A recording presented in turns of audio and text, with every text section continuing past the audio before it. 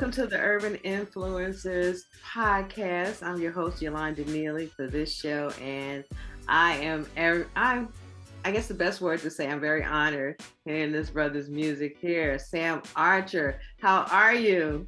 I'm doing fine. I'm doing fine. I was looking forward to this interview, by the way. So Oh, I'm really? excited over here.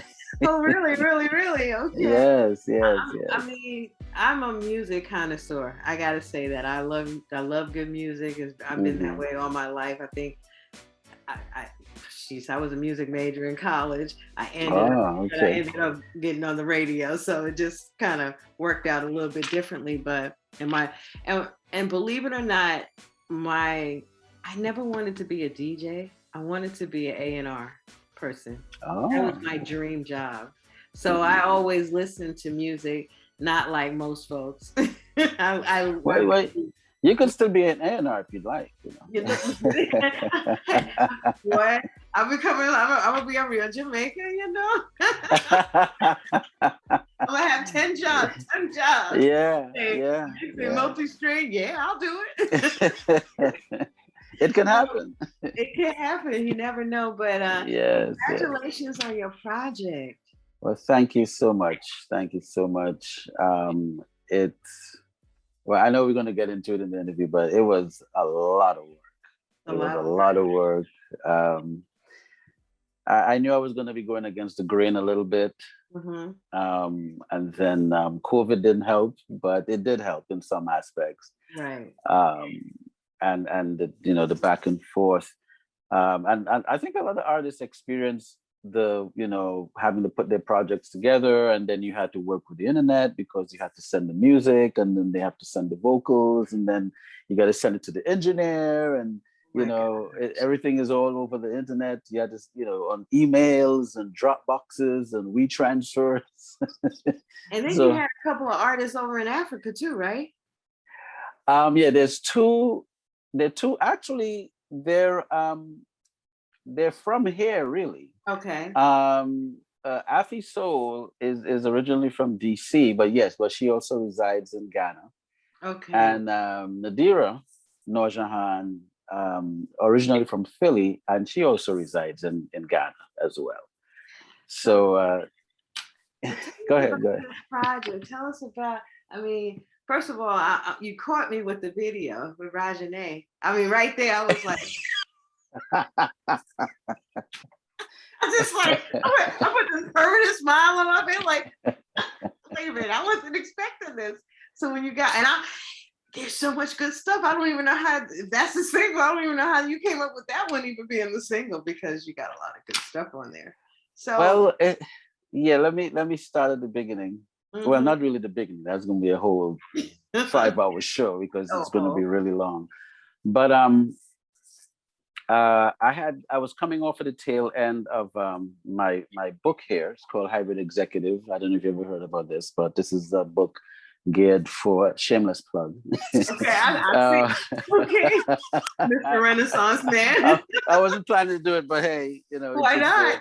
it's part of the story. Mm-hmm. And as I was putting this together, the last project I actually did was in 2006. Okay. So I was an active artist.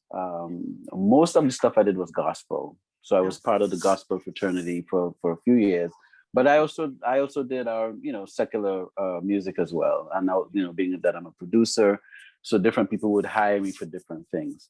But for me as an artist, the last project I actually put out was 2006, and I was a little bit disgruntled, and I kind of lost my why.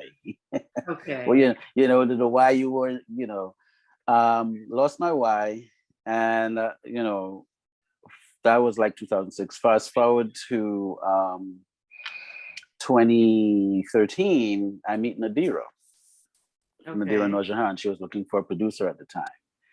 Um, so we started working together around 2014. Also, we were in a relationship as well. So there was, all that Yeah. extra good Was stuff. that was that was that the same Nadira that was with Arrested Development? No. No, no. Okay. There's a Okay. different. Okay. Um, so anyway, I was producing most of her records. I actually produced, she did, when I met her, she did have an album called The Storyteller.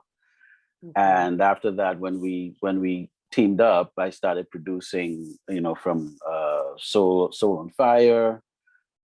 She had another, it was called a double A side. So we did two double A side singles. And then she did a full album, which was Love, Pain, and Redemption. And then we did some other, couple of things that's mentioned in the notes.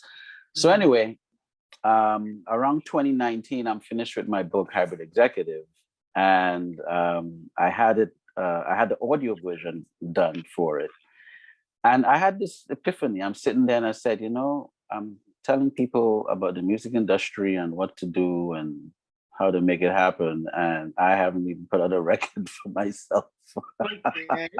It's so long, so it was something like, well, you need to do something, because how do how would folks validate the book? Not that it's about the book, but if you're preaching a gospel, you need to be like in it, so folks can actually like, okay, so if I'm just standing on the rock and just holding the thing up here, and then they're like, okay, well, where's your record, where's your music, what are you doing, how are you selling it, can we see how you do it, how you put it together, how do you market it, how do you build your fan base, how do you do all these other things, without me just standing on a rock and saying it. So I said, well, yeah, you know what, I gotta do a record, and I had a lot of different sketches of different things. But I think the universe was also part of the conversation, and it came to the point where I was gonna like probably just whip up a couple of things, and then the universe was like, no, we're not going down that road. And then it actually came down to, okay, well, what would be the ultimate type of project that Sam would like to do? And then when I started thinking in that direction, I've been wanting to do a record like Back on the Block. Wow. Like a Quincy Jones type thing, or something. And the guy that's actually doing it kind of close to that is Robert Glasper. And I'm like, okay, I kind of like what he's been doing with the Black Radio Project. I say, I think I'd like to do something like that. And I think the universe smiled with me and said, yes, I think this is where we're gonna go. Okay. And so COVID didn't really start up yet. This was like March or February of last year. And I started, putting some stuff together. It's like, okay, well, let me see who are some of the people I would like to get. And that's a whole other thing. But fast forward to where we are right now, the artists that's on the project were the ones that actually were able to, get on here. So, and again, respect to everyone who tried to be on the record. Some people were busy. Some people had different types of schedules, or maybe I didn't give them the right track at the time, because some people, they got to be inspired by the music. Right. So there were various reasons why I couldn't really get the sort of conglomerate that I really wanted on the record. But I think what we were able to do is divine. Yeah. And and the vibe, and I mean everything about it, how it came together. And there were some really slow moments. There was some like graveyard, like it stopped. Yeah, well, go ahead. Yeah. But it's a process. Everything that we do in life is a process, and sometimes people they want it now. Yeah. Work like that. Can you imagine? It may not have come out that way if it was like non-COVID, because it'd been rushed. You know what I'm saying? You've had time, and then you had time to marinate, go back. Yes. I must admit, yes. Yeah, give it a rest for a moment. You freshen up your ears, get fresher ears. Yes. And then, and then so everything happens in God's divine timing. So true. That's so true. Look what you birthed. So So you got all these great voices together. You did the tracks. Did you like know the individual, or you allowed them to pick the track, or you know what, okay, Nadira, I know what you vibe to, so this is you. Rajane, I know what you, Mm. or did you go by their personality, or you just, or they felt the track, that they felt it? There was a mixture. Initially, the plan was, or should I say the strategy initially was, I would listen to, because it was collaborative. So I would Okay. listen to their voice on a couple of different records. And it wasn't really about the style that they did. I really listened to how they, their vocals.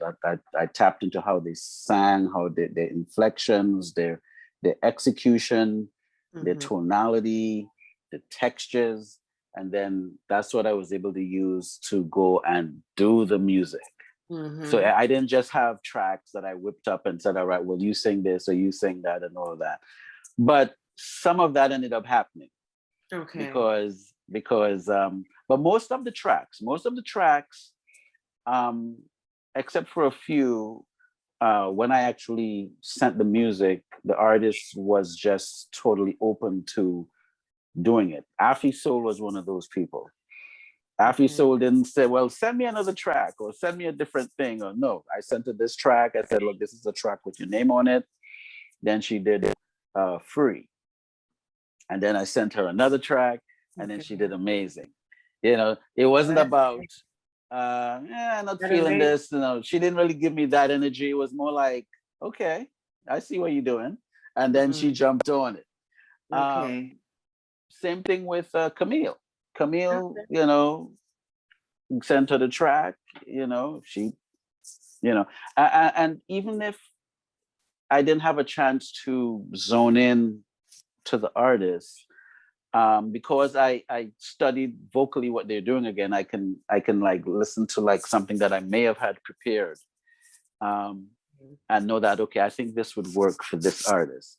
So for Unbothered, um, it was a track that I did before, but because I was able to hear what Renee, her direction, I Mhm. thought, okay, well, I think this track would kind of work for Okay. what we're trying to do.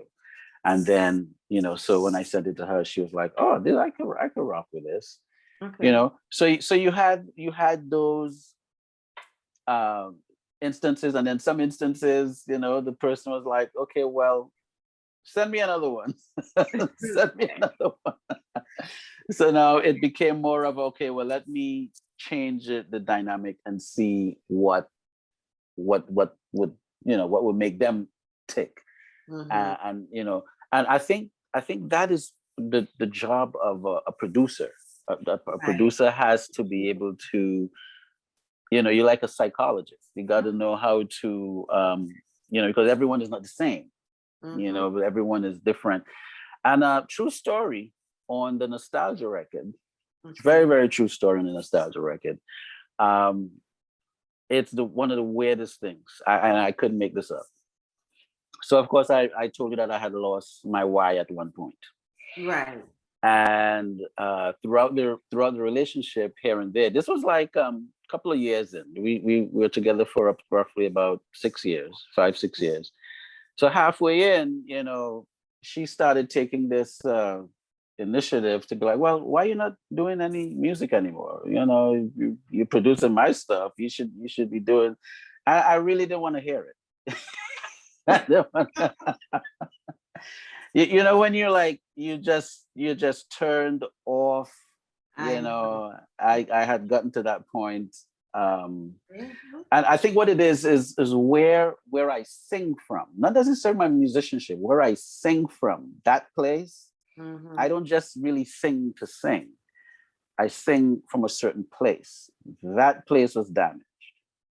So if when someone comes and says to you, well, yeah, we want you to sing here, or it all depended on who it was, Okay. what was the event, because I wasn't gonna do it for an A&R, or I'm not trying to run down a Grammy, or I'm not singing for that. That's not what makes me want to sing. Mhm. I sing from that place. So we did have a few arguments coming up So where's Sam from? What inspired you? And tell us a little bit about your career prior to this project, so people can get to know who you are. So I grew up in the island of Tobago, Okay. Trinidad and Tobago, and my village. So real. Yes. So my village is Mount Pleasant, Bethany Village, Mount Pleasant, in Tobago. And I started lessons around the age of, I think, like 5 or 6. My teacher was from an area called Lowlands. I think her name was Miss Smith. You kind of caught me off guard there, but this was very, very pinnacle. And then a couple of years later, I started working with another teacher by the name of Mrs. Wheeler, and she was from a different part of Tobago called Rockleyville Village. And I spent a lot of my formative learning there.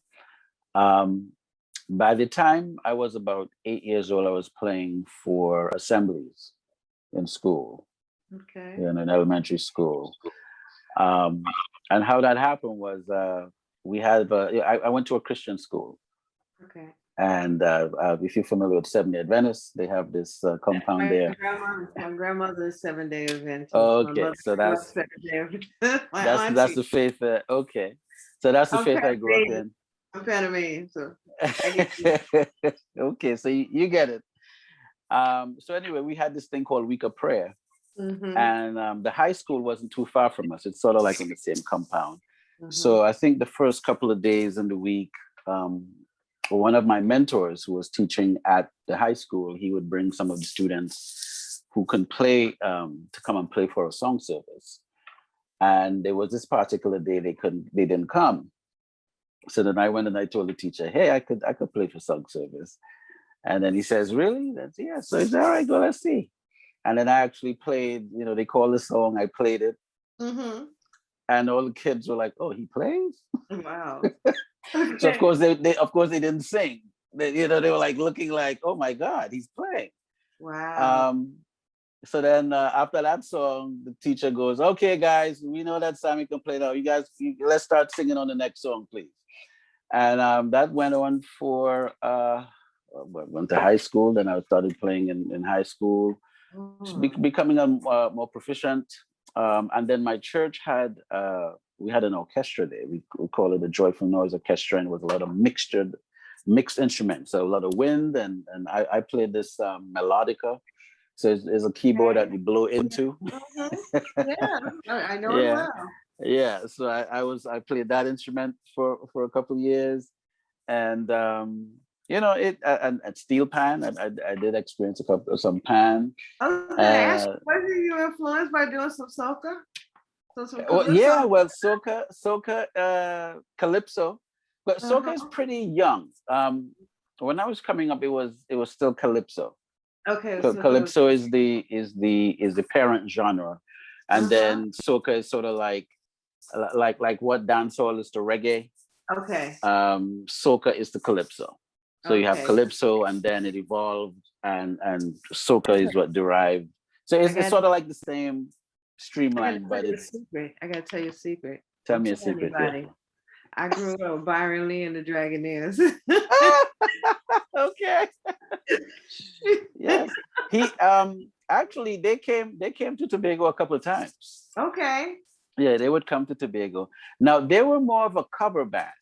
Oh, really? They were more of a cover band, yeah. They didn't really do originals. They would do like, what would happen is they'll probably pick like the top 10 or 20 calypsos of the carnival. And then they will record it, and then now they will bring it out. So you gotta tell me they were not the originator of Dollar Wine? Oh no. they did a good rendition of it though. Yes, they did. They did good renditions. I mean, everybody bought. I mean, I have a couple of Byron Lee records. I mean, everyone bought Byron Lee records. Yeah. But buying Byron Lee was like buying Ace Cannon. Wow. If you understand what I'm saying, like everyone had to have we had a lot. I had Ace Cannon records at home. Okay. So you got Byron Lee. but Dollar Wine was done by a band called Taxi.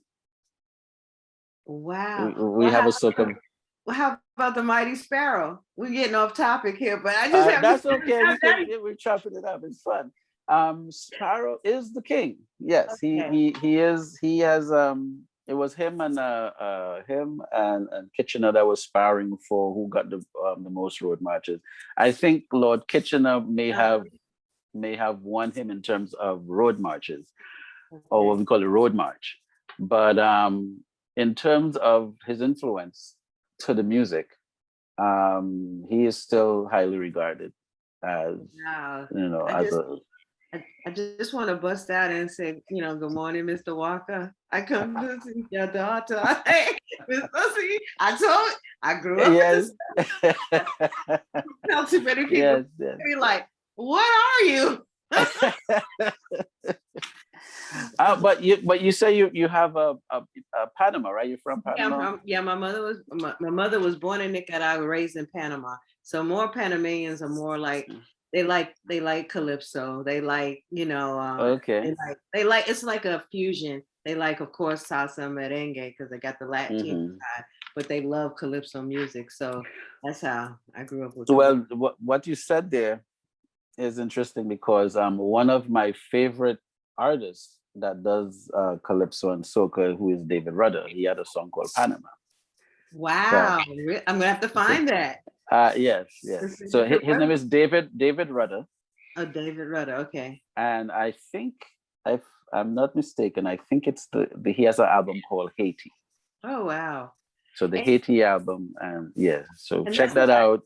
And that's what I like about Panamanians, because they never, because like if you're like Puerto Rican, you like salsa and merengue, you like a lot of merengue, a lot of salsa music, and Colombian and all of that, Dominican. But Panamanians, they like Haitian music, they love calypso, and of course they love a little reggae. And now I heard that, and also I think Belize also has, because I heard a lot of artists, they would either go to Belize or Panama. I never toured with them, but I knew that they would travel there. And I think this is a rumor, I don't know how true it is, but they do say that the tribe that ended up in Trinidad from the slave trade, is also the same one that's in Brazil. Wow. Okay. Wow. So there's some sort of a music. Yeah, there's like a music connection there with the calypso soca. So it's very, very. It has a close relationship there. So the scholars could check that out and put the timeline together. But yeah, there is some sort of connection there. Absolutely. I tell you, I grew up with that stuff, but so you grew up from Tobago. So how did you get over to the States and start, doing your thing here and performing? So I relocated in by the time I was relocating, I was one of the premier musicians home. Okay. We didn't have, at the time, we had a lot of young people, up and coming artists. But not as now. Right now in Tobago, the talent is, it's vast. We had a competition type thing last year during the COVID, and the talent was, I was blown away. I was really impressed with the singing. They're handling the accent thing really well. Okay. In my time, the accent was kind of tough, because you're trying to sing a genre that's not really your genre. Okay. You're trying to sing American music or American gospel, or what I think we sounded really close to was, if it was a country western type of a record, we'd probably sound close to that. Okay. But to be able to handle the accent control when you're doing American music, they have a handle on it like now. So I did CXC. I don't know if they do CXC in Panama, but it's sort of like a high school examination, O levels, what they call it. So it's kind of like high school, but but it's more like when the nurse has to go and a nurse has to go do boards. So even though you graduate from a college, you got to go do this exam. Right. So even though you go to high school, everyone had to go do this exam. Okay. So after I did this exam, I relocated to New York and attended New York City Technical College. Okay. And so that's where my when I started interacting with a lot of artists, we talking 1988, 89, around there. I started interacting with other local artists in New York and started getting into production and then trying to understand what production is. And, of course, it was a totally different system. We had to do something called MIDI. Oh, you're right. Um, Exactly. Today, we got a Drum computer, machine. you buy the software, you get a USB, and back then we had to okay, put this here, click that with that, but it was a lot crazier. Yes. So I came from that era, and I think between college, hanging with some of the churches, I started playing for a lot. I mean, I played for a lot of different situations and groups and choirs. And in interacting with different people, I was able to either produce something for someone or learn about an engineer that had a studio that we could work at, or do production, get into production. And one of the first crews I was hanging with to get a handle of it was a Track Masters. Okay. And so part of Brooklyn that they were in. So I did work on a couple of records with them. Not all of them got released, of course. Okay. But there were a few that I worked on that came out. There, if you know, Horace Brown, Taste Your Love, the remix. Okay. So I'm actually playing keys on that remix. Okay. What else came out there? There was a few. I know there was a record with Ronnie Henson. He was also an Uptown MC artist. He had a record that I did some keys on. I don't know if you know Carolyn Harding. She does more dance records, dance music. Yeah, I've heard of it. Yes. Yeah, so I did something with her that charted out in the UK. And then fast forward to 2002 or 2003, somewhere around there. I wrote a song called Baby Girl that was recorded by B2K. Okay. And it ended up on their first album. So that's really when a couple of things started cementing for me as a songwriter and producer and that sort of thing. And they went gold, which was beautiful. So I was happy to get a gold plaque. Okay. A nice check. Couple of checks, yes. A couple checks. couple of checks. But because the movie also ended up on the Barbershop, the first one with Ice Cube and Eve. They did a remix that they put on the soundtrack. Okay, gotcha. So yes, and then it also ended up on the B2K number ones project. Okay. So yeah, but the money is long spent and done now. Time for new money, huh? Okay, time for some new money. It just passed through like, whew. Okay, yeah. And what a way it can do that, huh? Yeah. So I know I'm sorry. Go ahead. So I said, I know you're excited about this new project. So over at the UK, they're loving it already. The new project. Oh, you see, I'm happy to hear that. I mean, I don't have like a direct contact yet. As I know the stuff is now hitting the radio and everything. So I'm sure I'm going to be getting some responses from it. But so far so good. I have gotten some reviews, some feedback, and pretty much all the feedback has been very favorable and positive. And folks have been liking the single Unbothered with Renee. Uh-huh. And she has shot the video. So Okay. we're, she's going back and forth with the. She's a perfectionist. Okay. Well, So yeah, she's she's an working things artist. out. She's an artist and She's an artist. she's serious about her stuff, right? Exactly. And that's what Yes. artists do. So they're working it out in terms of, I guess, whatever changes that need to be made. I did say to her, when she is happy with it, send it through. So I'm waiting to That's see good. how that turns out. That's good. But yes, I'm happy. I did see some of the spins that the record received, which was pretty good. It looks like it's going to do well so far.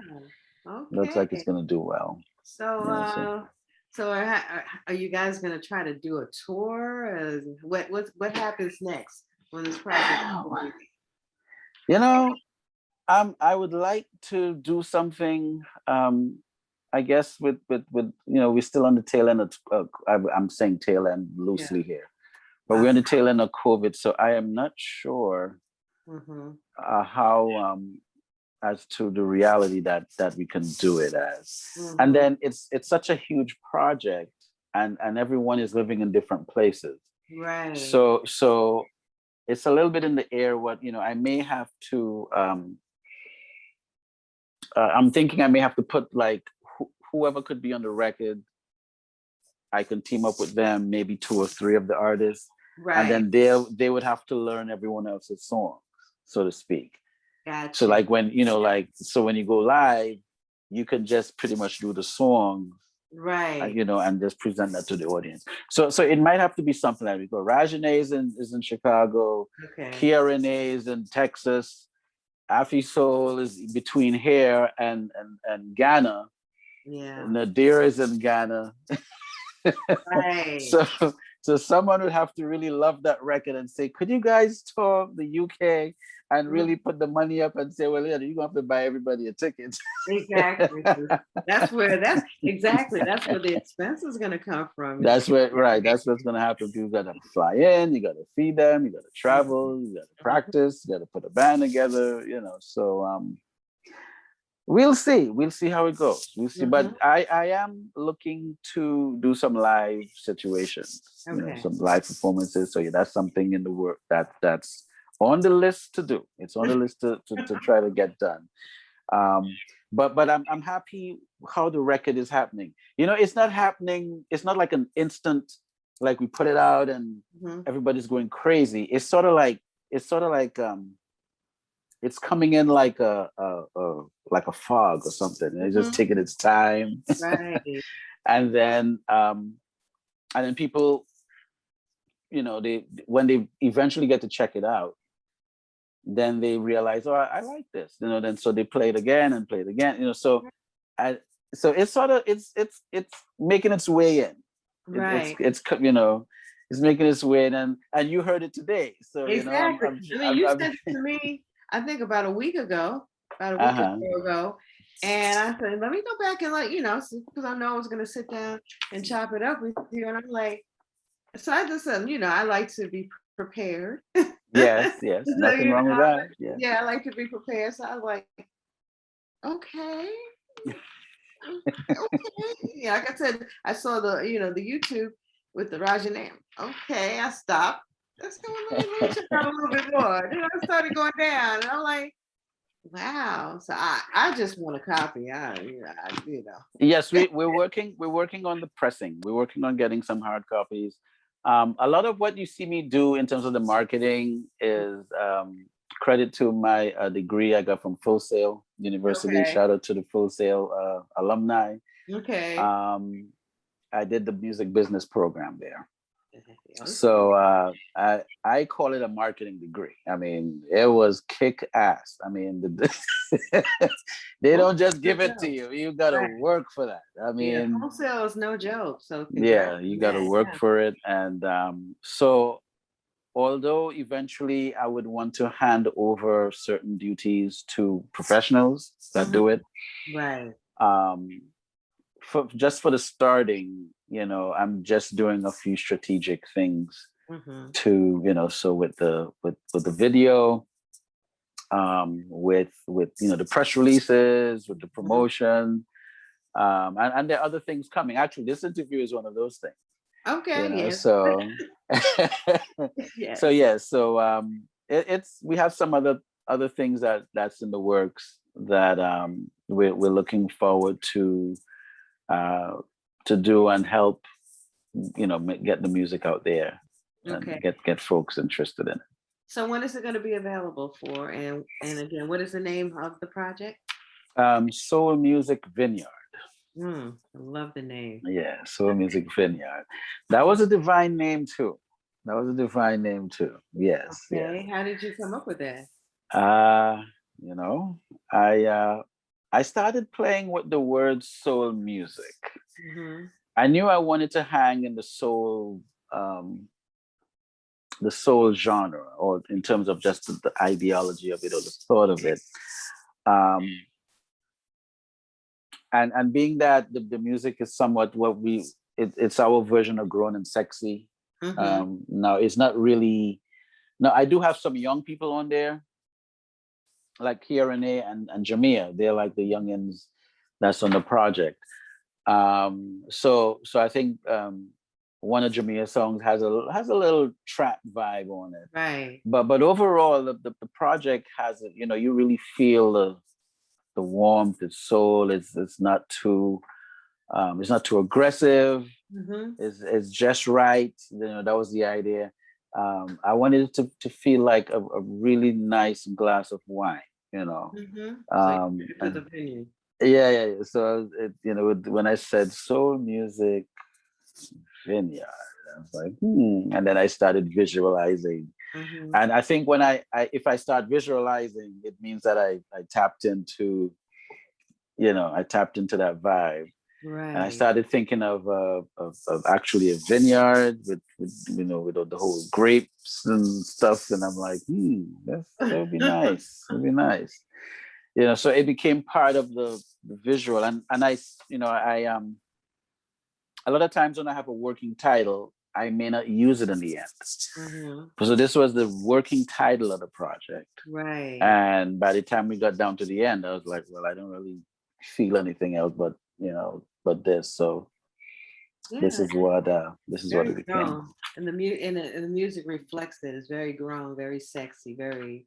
Yes. And it has a sensual tone behind it, but it's not, like I said, not nasty, just nice. Yeah, that was the idea. I wanted a certain vibe on the record, and I'm looking at when you look at things like legacy, it's more about being timeless. Right. So you don't want to hear the album and think, oh yeah, this was the style, this was the style of this time, or this was the style of that time. You just want it to be something that people can just say, okay, I can rock with this. Yeah. So that was sort of like the concept and the attitude. And it's not too loud. I mean, the guy who did the mastering, shout out to Brea Salandi, he didn't do it where, you crank it really loud. Exactly. We want it to be an engaging record. We wanted to turn it up. And that's what I was doing. I was sitting here and I was turning it up a little bit. I'm like, okay. We wanted to turn it up. The fact that we're drawing you in to turn it up, it's an engaging sort of a strategy, Right. So yeah, we didn't do it like, try to make it sound as loud as your competitors, because they'll go to the mastering labs and they'll strike it up, and it has to be like powerful, and they want to boom the room, and that's great.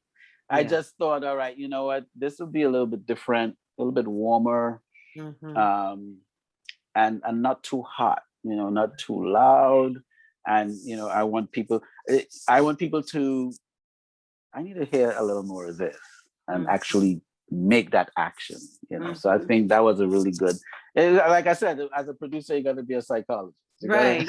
Yeah, you kind of sketched it out. I think even more like a surgeon. I'm gonna do this, do that, and make this like that, and they're gonna feel like this. I'm like, hey, okay.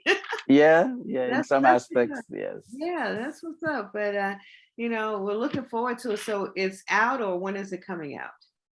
So it's presently available on Bandcamp, exclusively on Bandcamp. And that was really done because once you go to streaming, you don't really see anything until, thy kingdom come, whenever that happens. Okay. On our level, if you're in the higher echelon, you'll see, you probably would love streaming because you have the numbers for that. But for the smaller artists, I think with previous records I had released before, I sort of iced out the people who wanted to purchase a CD or purchase a download, So once you go to streaming, you kind of cut all of that out. So that was a step that I felt that needed to be to come back in, where we allow it, where all right, it's available. You can't stream it yet, but you can get it over here. And then now you get that grassroots audience. They have a chance to get something exclusive that's not out there yet. And I also took a page. Now I don't know if you know the Brea project, but I also took a page out of their book. You know the Brea project, the group. Oh, okay. I haven't heard that. So the problem, can I just say that the problem was I've been in commercial radio for a long time. We don't continue to get music like this. And now that I've been doing this indie radio station, I'm like, I'm being introduced to artists like yourself. Okay. Well, you should. Well, you will know the members. Okay. In fact, you'll know it's a husband and wife team, and the wife was one part of Renee. Okay. Let's see. She was the shorter one, right? So she's Jean Baylor now, and the husband. I knew him when he played for Yellow Jackets. He's a drummer. Oh, wow. That played for Yellow Jackets. He played and toured Yellow Jackets. Okay. So I knew the jazz world, and then I knew the R&B world. So of course they came together. But anyway, the reason I say I took a page out of their book is that if you try to stream both albums, you can't get it. You gotta go to now it's on iTunes, it's on Amazon. So you would have to go to the store and download it. Oh, okay. So I thought that was a cool strategy to still sort of be, have some form of control on the project before you get into streaming. Right. Because once you get so you got to go through the phases. So by the time you go into streaming, there's that you have that that listenership. Right. Because people who buy the album are probably already subscribed to Spotify or maybe Apple or Tidal. Right. So they'll buy the album and then still play it from the streaming platform eventually. So it's just different ways to just ensure that whatever sales we can get from the downloads, we can do that, and then by the time we bring it over to streaming, we have that listenership to get the streams and so on. So yeah, I guess you are using some type. Well, thank you. Yeah, I gotta plug it in there again. You gotta get the info. Well, you know what? That's a good thing because there's only really two books, Kashif's book and Donald Passman's book. So maybe your book is another read that people can that needs to learn. This has been compared to Kashif a little bit. Okay. There's a couple of people who checked it out and said, okay, it's but it's really more of I take it in a different way, opposed to saying, well, do these 5 things, because I think in Kashif's book, Everything You Better Know About the Music Business, right, he was very descriptive of the things you needed to do. Right. I'm not really telling you, well, write this way, but I'm telling you how to think. I'm telling you, okay, think this way, and this would help you to recognize the things you need to do to ensure success or to ensure you get a better bang for your buck as you go. So it's really more about a way to visualize and then think how how are you going to approach, So if you see a nice young lady over there, how am I going to approach this? Right, exactly. Exactly. In this case, the young lady is the music industry. How am I going to approach this? What am I bringing to really give me an edge as I bring this in? So like, for example, one of the things, I have a good friend of mine, and he was suggesting, well, don't just put out a project like that. Put out a single, or put out an EP and work it from that way. And it was sound advice. It wasn't that it was bad, but based on the kind of, sometimes the universe is giving you something to work with. And I just had to tap into that a little bit and go against that advice. Now that, again, it wasn't that it was bad advice, it was good advice. But it was more like, okay, the universe has something different for me to do in this time. And I can see it like it's doing what it has to do because now I followed a different, something that's never done before. You followed your path. And a lot of people may not understand your path. I get that, I get that, when I left radio, a lot of my colleagues, so many got let go and so many jobs got in this industry, lots and lots, like the industry kind of like just died overnight. Like there was there was nowhere to go. And a lot of people left. They're doing other things.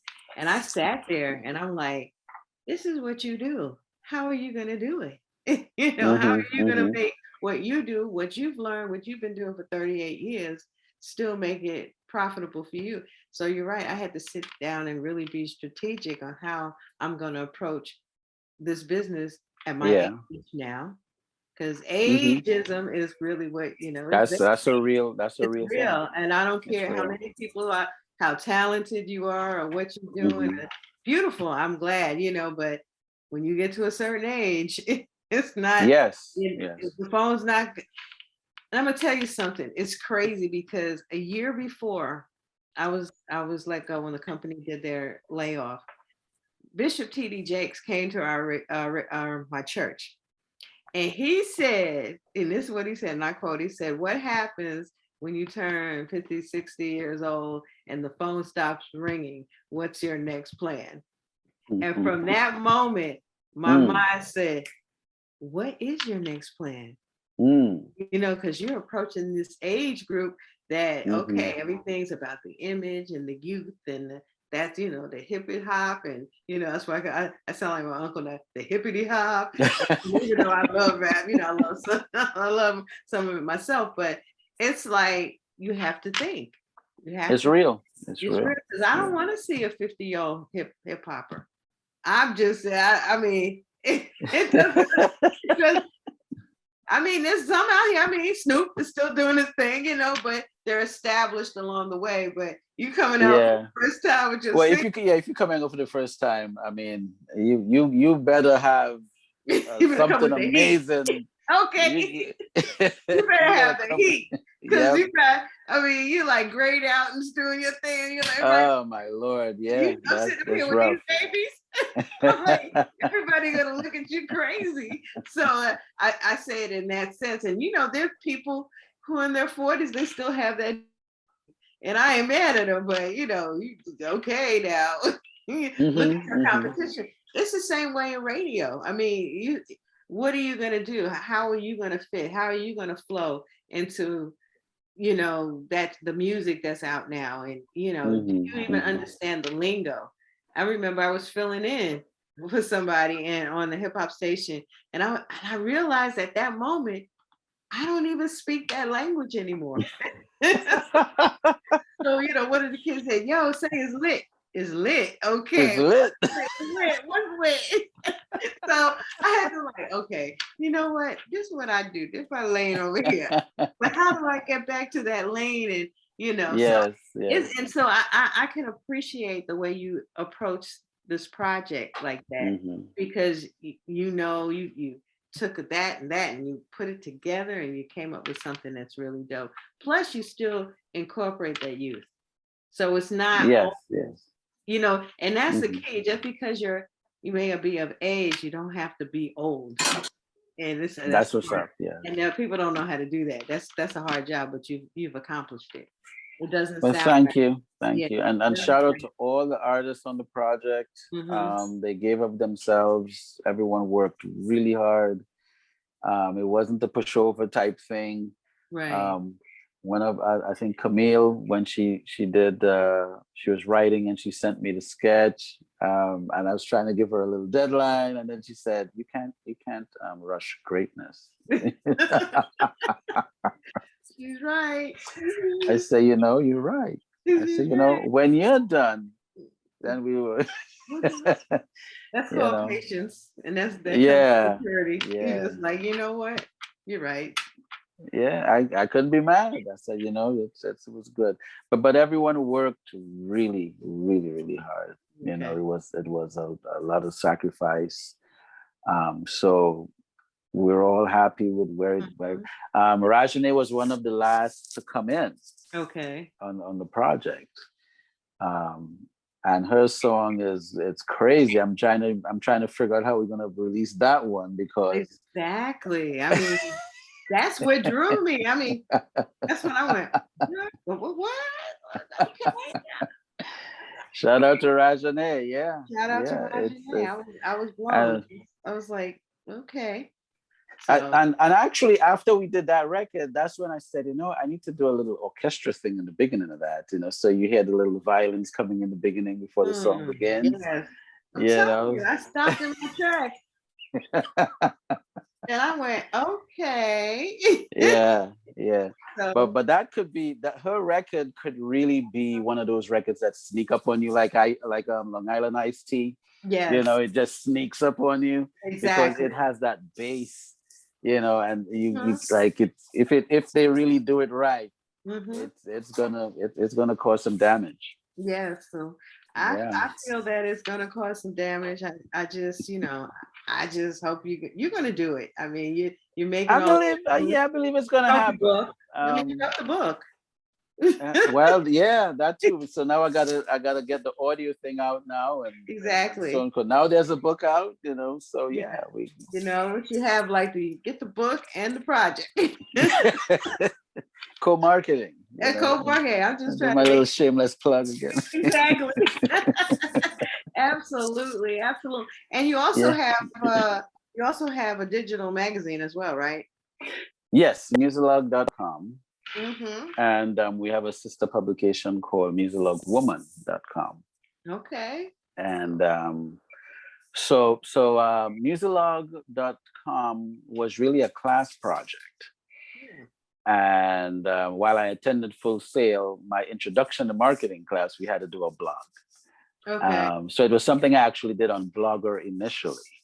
And it's Okay. actually still there. If you go to if you go to Blogger, you'll see and go for look for Musilog.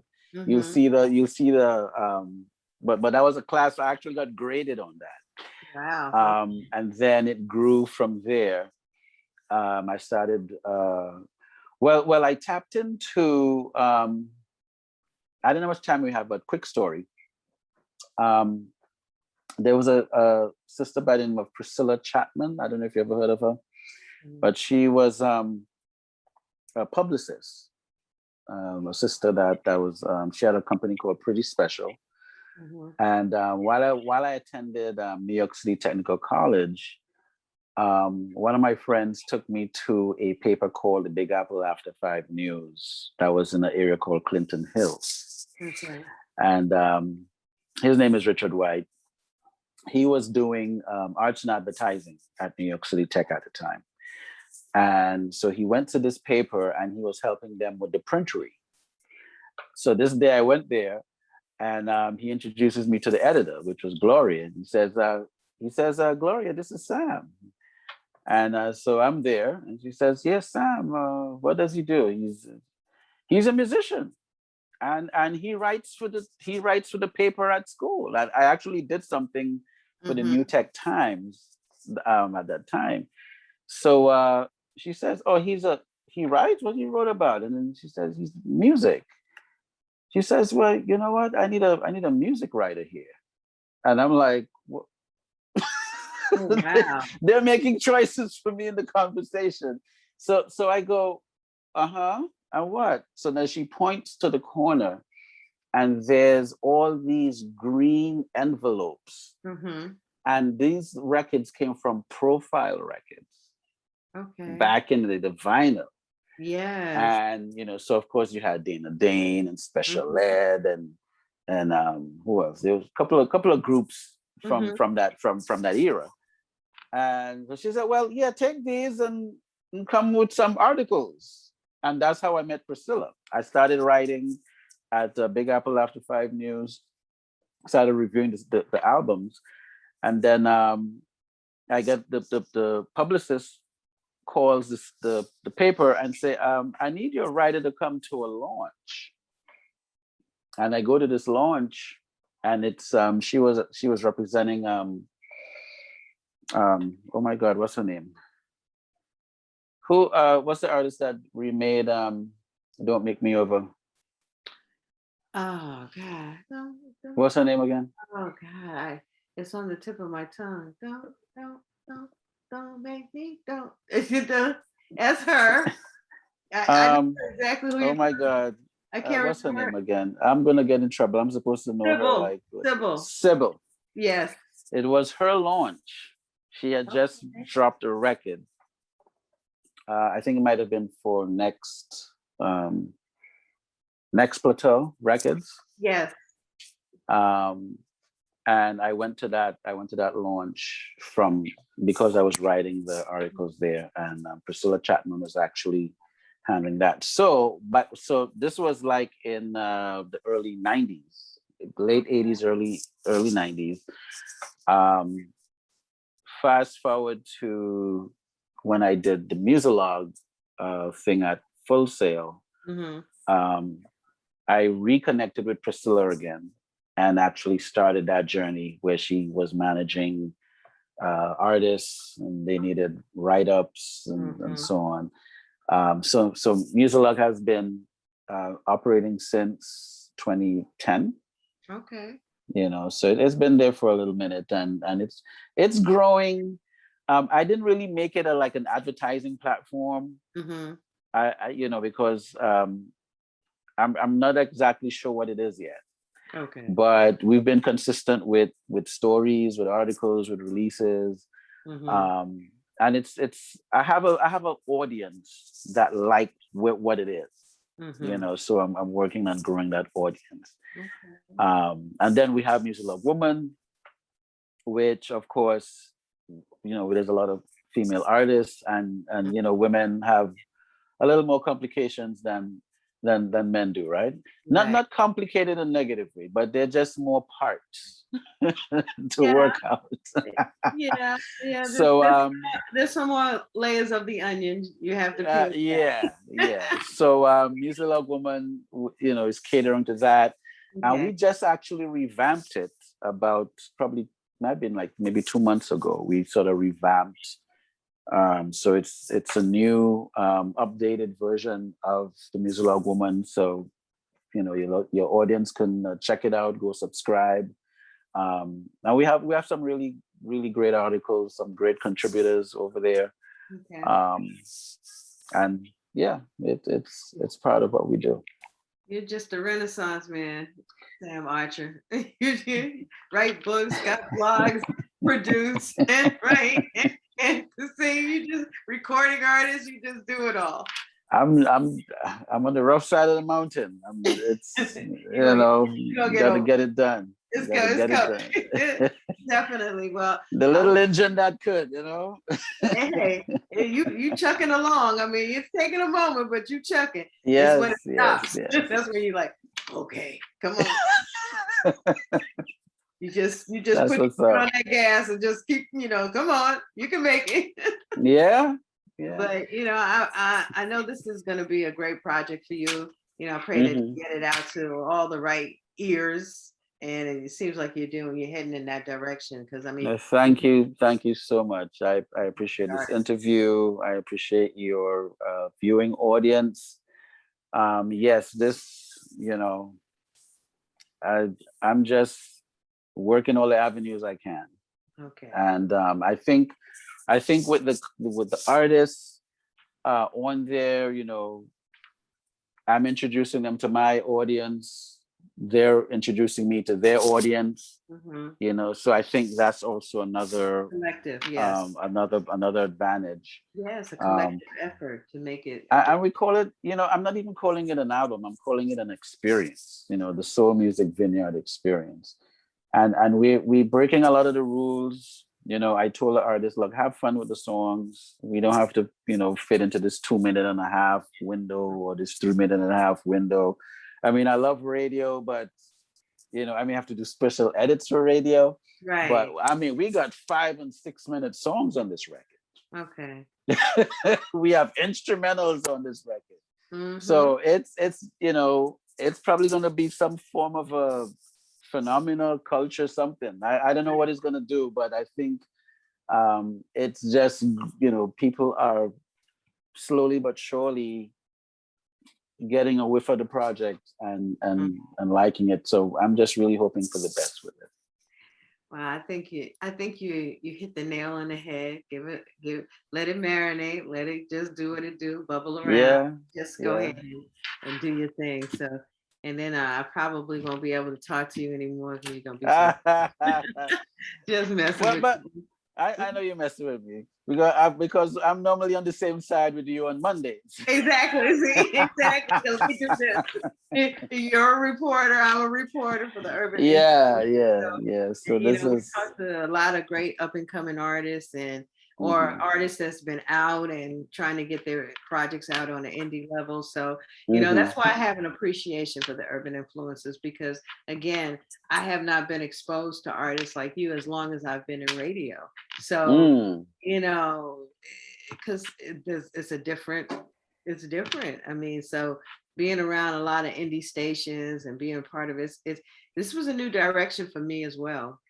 And I'm glad I went this direction because being exposed, because we didn't sit there all day on YouTube and Spotify. And now mhm, the younger mhm, personalities. And again, that's why I believe that the companies had to make the decisions that they had to make, as hard as it was, and that's part of the ageism, unfortunately. But older people don't really sit down and Spotify. Those young bucks, they out here, they know every social media and everything. So, but one thing about me, I try to stay abreast, and I'm still. mhm, But mhm. when you're on all day and you don't get a lot of this great music. So Yeah, yeah. There's a lot of music that gets missed in the falls through the pipes. cracks. Yeah, it falls through the That cracks. gets missed. Yeah, Yeah. really, really good material. So Really, really good exactly. material. So I'm Hmm. glad there's a resurgence of a lot of indie radio stations that will find this and will hear this and have an Hmm. appreciation, for soul music vineyard because this is stuff that my That's the other thing, like a lot of records came out recently with the word soul in it. Like Mhm, just the word soul mhm. has, I don't know if you noticed that, Yes, but because it's it's just been been in the back. title. Mhm. And I wasn't even trying to copy that. I Yeah. just tapped into what I'm doing, and it's called Soul Music Vineyard. And then um who was it? Was it Will Downing? Is it Yeah. him? Somebody has soul in the title. Then I saw another record with soul in the title again. I'm like, this We the miss term. that. We miss soul music. I mean, because Mm. when you put the radio on, and don't get me wrong, I love it. I'm a radio head. I'm a radio lover, but Hmm. at some point, everything kind of starts sounding alike. So it's like, okay, but now, so that distinction, that vibe now. So and we're a resurgence of good soul music. Yes, I yes, love yes. soul music. And then, but you have Hmm. your influence of your jazz in there, You hear the different influences, little Yes, kind of yes. vibes in there. So it's all there, and We have to blame. Let's blame Anthony Hamilton, and let's blame Tweet. mm-hmm. Okay. Yes. Right? Let's Yes. blame them Yes. because and I'm going to say that, go on a limb and say this. I think Tweet is our Curtis Mayfield. She did not get the respect as an artist she should have gotten, because especially that first project, I still play that. It's amazing.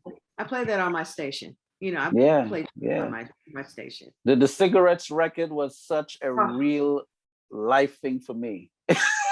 And I don't smoke. Okay, I get you. But lyrically, where she went with it, I was like, yo. She dope. She's on the Curtis Mayfield energy. If you check her out. Yeah, she didn't get the props that she should have gotten. Yeah. And I'm sure there's so many more artists. We'll be here like for hours talking about they should have been there and should have gotten what they should have got. But we're gonna get ready to wrap this up here. I appreciate sitting down and chopping it up with you, man. Thank you so much. I have much respect for your work. Thank you. Thank you. You're the best, man. Sam Archer, go get this project. Thank you. Go to band camp and get this project. Pay for this project. Do this. It's worth it. It's worth it. It's worth it. It's worth it. You will not be disappointed. I promise. It's your girl Yolanda Neely, Urban Influencers. Wow. 1, 2, 2 step. 1, 2, 2 step. 1, 2, 2 step. 1, 2, 2 step. 1, 2, 2 step. 1, 2, 2 step. A lot on my mind. Please get me out of my mind. I need to escape. I need to fall in the vibe. Ooh, heavy on the heart. Cause I got a big heart. And you try to play that card and take me out of my element. I act out of love. It's nothing but love. You messed up. I know when enough is enough. Before I say something I wanna say, I'm gonna stop right here. You take me out of my element. You want me to be mad so bad. You want me to be mad so bad. You want me to be mad so bad. You want me to be mad. You want me to be mad so bad.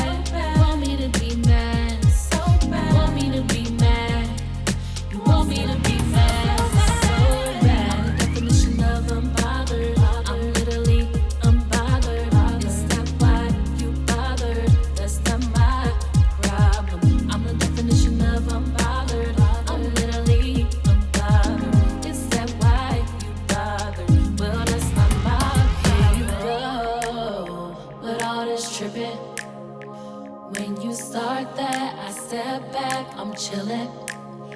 Here you go with all this trippin'. When you start that, I step back. I'm chillin'. I'm chillin'. Chillin' so much I'm not paying attention. You don't like when I don't give you attention. You throw a fist, wanna start some. Every time we cool, it's a problem. So I know it's not me. Who made you bitter, not me. You don't really wanna fix this, so I question your intention.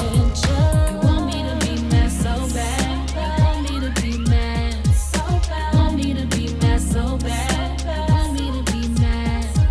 You want me to be mad so bad. You want me to be mad so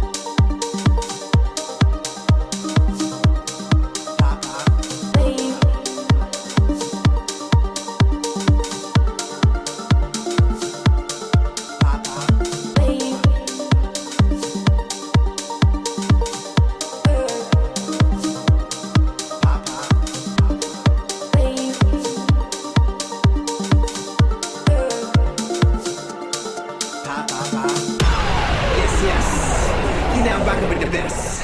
The hot shit Renee, JJ Hudson, aka J Mojo.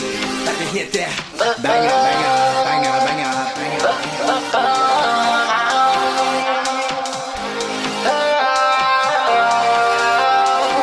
J Mojo hit him with the banger, banger, come on. Bang up, bang up. Bang up, bang up. Bang up, bang up. Bang up, bang up. Bang up, bang up. Bang up, bang up now. Bang up, bang up. Bang up, bang up now. Bang up, bang up. Bang up, bang up now. Bang up, bang up. Bang up, bang up now. Let's go.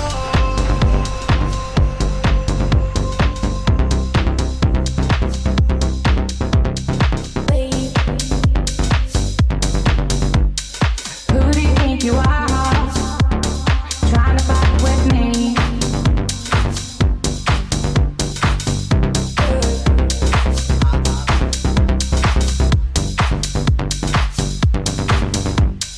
Who do you think you are trying to fight with me?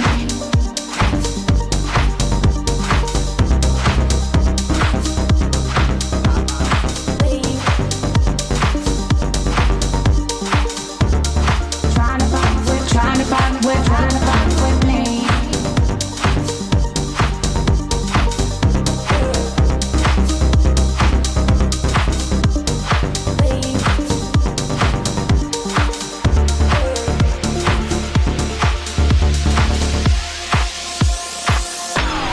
Who do you think you are?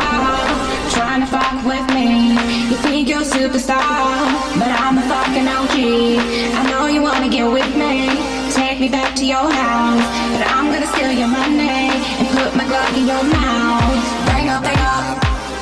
Bang up, bang up now. Bang up, bang up. Bang up, bang up now. Bang up, bang up. Bang up, bang up now. Bang up, bang up. Bang up, bang up now.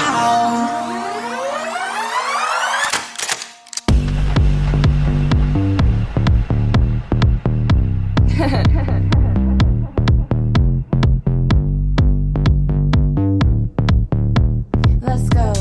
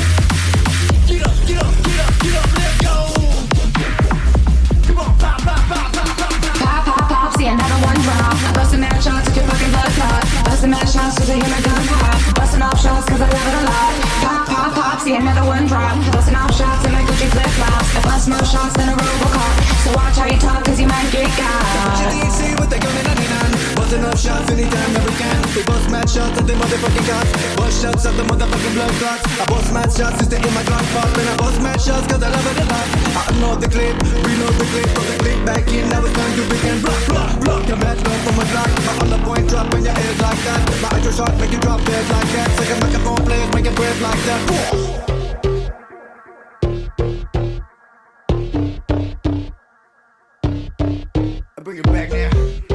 Bang up, bang up. Bang up, bang up. Bang up, bang up. Now bring the beat in. Bang up, bang up. Do you feel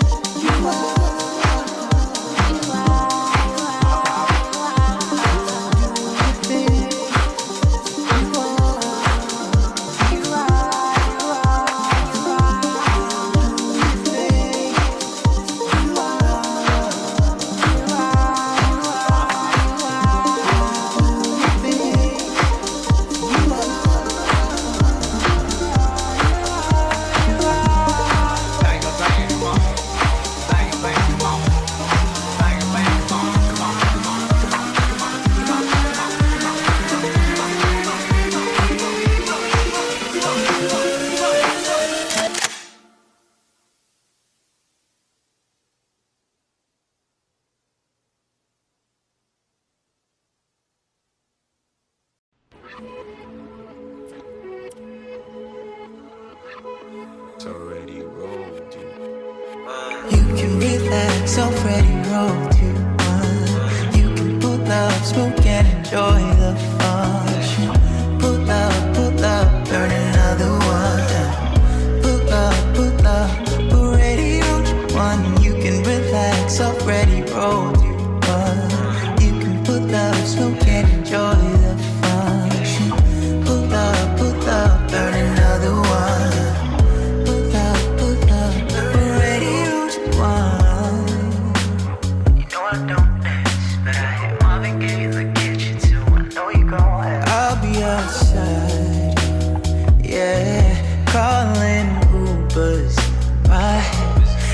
Trying to wanna be here, but it's too late. I'm on a Tuesday and I can really guess about some hot takes when you don't need me, do you?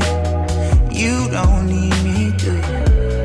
Lost in college friends, check my DMs again. You said you can relax, already roll to one. You can pull up, smoke and enjoy the function.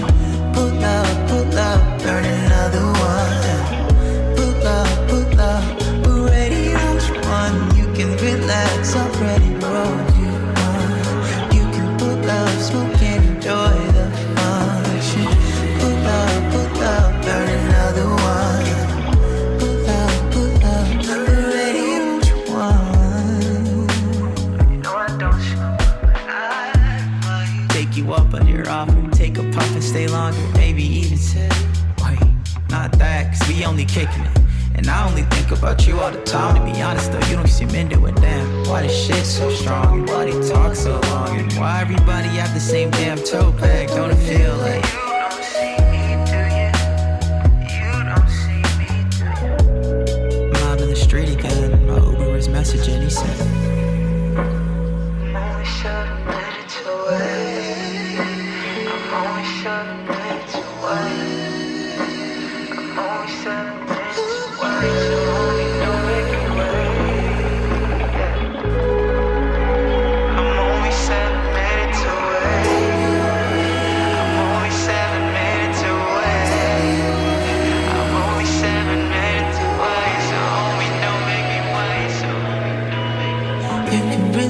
Already rolled up.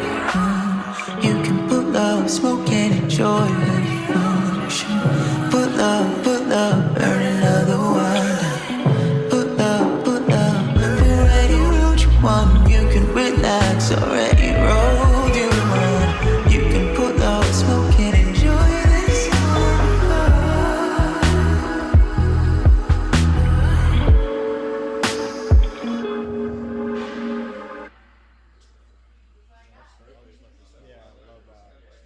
It's like what Whitney said. There'll never be another Aretha. There will never be another Barbara. There won't be another me. You know what I mean? So everybody has to have their own. Brea. And wake up. I'm coming in. I'm wake up. I'm coming in. Spicy. It's a move. It's a move. A lot of y'all follow my lead. Let's see if y'all follow me to the king. Way too many reaching, all out of position. You'll never get Joe's tryna be on my mission. Ain't spicy, coming in hot. Kingdom on the rise, love, no stop. Got you with the sweat, press, we the threat. We ain't taking disrespect. This that get your check wrecked. Go, tryna block the king, that's a no. It's the move that they really don't want. It's the move that they cannot control. Spicy. Oh, fake and fried rappers wanna box me out. I'm nice with the hands, pray and fade you out. Respect on his name, make you sound it out. It ain't safe, pop you out. Spicy, tapping, Draco, action, yeah, non-stop, locking, it's over. And wake up, I'm coming in, I'm wake up, I'm coming in, spicy, it's a move, it's a move. A lot of y'all follow my lead. Let's see if y'all follow me to the king. Way too many reaching, all out of position. You'll never get Joe tryna be on my mission. Ain't spicy, coming in hot. The one to mess with, not really called by God. Thought you want me in my thoughts, but you can't afford the cost. See what happen when the streets meet the cross, that's a go. Thought you played a God, that's a no. Break down and dismantle, that's a go. Elevate the king, take, oh, spicy, spicy, oh. Rap, wishing they could box me out. Easy with the threats, ain't the life you bow. Praying then I preach after I work you out. It ain't safe, pop, you out. Spicy, spicy, tapping, Draco, action, yeah, non-stop, lock in, it's over. Now I'm wake till, spicy, coming in, I'm wake till, spicy, coming in, hot, spicy, spicy, it's a move, it's a move. Checkmate.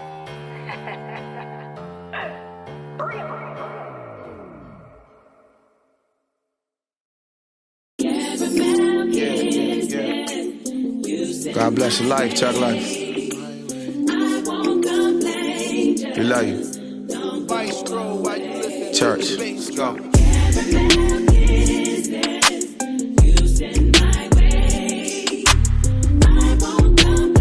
What's sweet, right?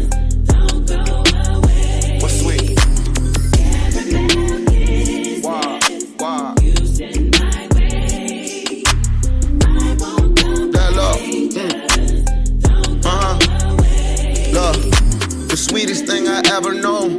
Cupid caught me with no Kevlar, my shit exposed. My heart is beating on my sleeve, but it ain't even broke. It's just that everybody see what I ain't mean to show. And if I'm falling, you ain't gotta be my pick me up. The path you walking probably hard enough, this really love.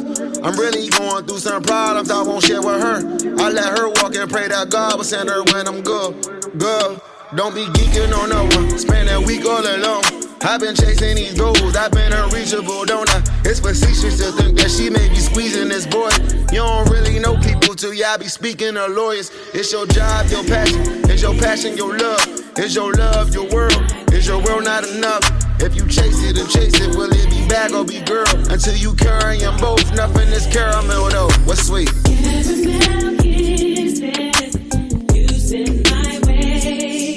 Wow.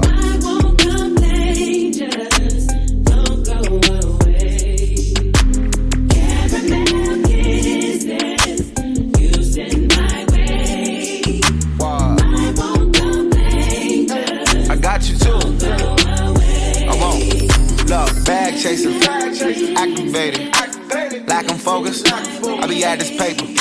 She like my vibe, hate my grind. When I'm on my time, I be lacking patience. Look, bag chaser, activated, like I'm focused. I be at that paper.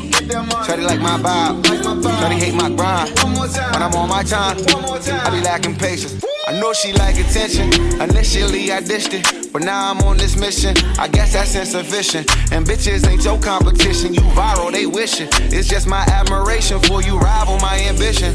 My talent is super special. Pursuing you super selfish. My superwoman super, but me I'm too superficial. Money ain't everything, but it's everything we envision. That caramel I've been hugging ain't sweeter than her. She kisses. Listen.